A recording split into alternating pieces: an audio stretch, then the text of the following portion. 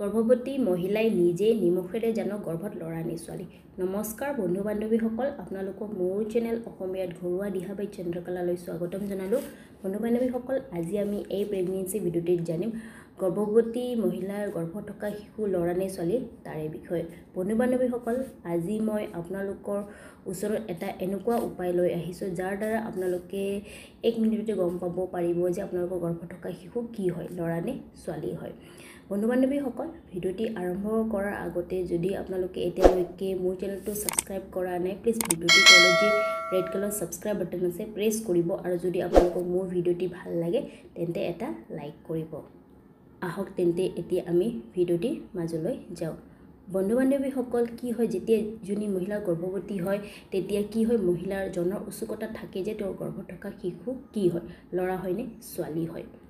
বন্ধু বান্ধৱীসকল, আপোনালোকে জানে ভাৰতত লিংগ পৰীক্ষা কৰাটো দণ্ডনীয় অপৰাধ হয়।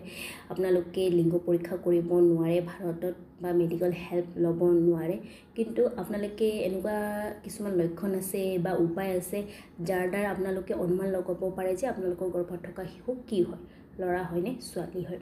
আৰু বন্ধু বান্ধৱীসকল, এইখিনিতে মই আপোনালোকক কৈ দিওঁ, মোৰ চেনেলে কোনো লিংগ ভেদভাৱক ছাপোৰ্ট নকৰে। মই ভিডিঅ' বনোৱাৰ উদ্দেশ্য এইটোৱে যে কিছুমান গৰ্ভৱতী মহিলাৰ যিটো জনাৰ উৎসুকতা, সেই উৎসুকতা কম কৰাৰ কাৰণে মই এই ভিডিঅ'টি প্ৰস্তুত কৰিছোঁ। আহক বন্ধু বান্ধৱীসকল, এতিয়া আমি জানো নিমখেৰে কেনেকৈ জানিব পাৰি যে গৰ্ভত থকা সন্তান কি হয়, লৰা হয় নে ছোৱালী হয়।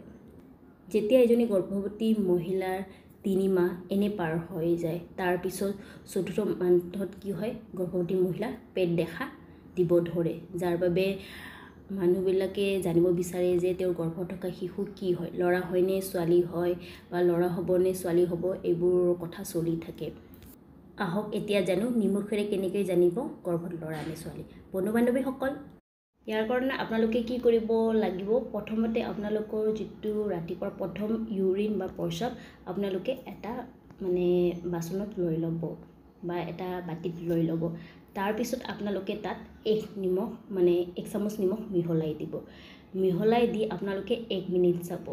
তাৰপিছত যদি আপোনালোকে দেখে যে ইউৰিনৰ লগত যদি নিমখটো মিলি ৰিয়েকশ্যন দিছে, অৰ্থাৎ ইউৰিনত যিটো HCG নামক যিটো হৰমন অধিক যদি ক্ৰিয়া কৰি যিটো ববুল, সেই ববুলটো হৈছে, তেন্তে মনা হয় যে গৰ্ভত থকা সন্তান এজনী মৰম লগা ছোৱালী হয়।